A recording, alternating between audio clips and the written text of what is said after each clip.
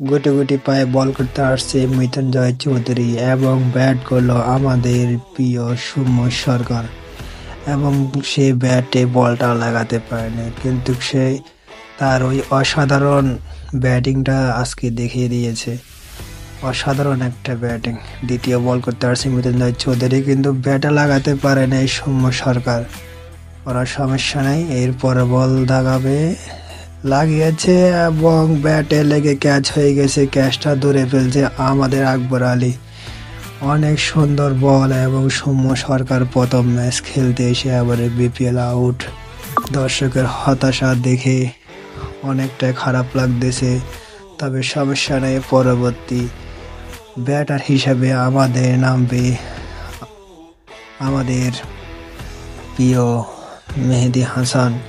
সৌম্য সরকার চলে যাচ্ছে ড্রেসিং রুমে, কোনো সমস্যা নেই, পরের ম্যাচে খেলবে। মেহেদী হাসান নেমে গেছে, এখন দেখা যাক সে কী করে।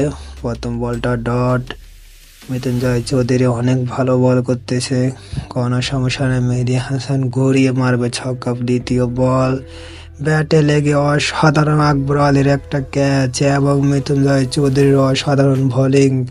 প্রথম ম্যাচ খেলতে এসে মৃত্যুঞ্জয় চৌধুরী এত সুন্দর বোলিং করবে যা দেখার মতো ছিল, এবং আকবর আলীর ক্যাচগুলো ছিল অনেক সুন্দর। সমস্যা নাই, দর্শকের হতাশা অনেক সুন্দর একটা হাসি উল্লাস। মৃত্যুঞ্জয় চৌধুরীর বলগুলা দেখে আজকে অনেক ভালো লাগতেছে। হ্যাঁ, আশা করি সে অনেক কিছু আজকে দেখিয়েছে, অনেক সুন্দর। তাসকিনের আজকে মনটা জয় করতে পেরেছে, কোনো সমস্যা নেই। Best of luck.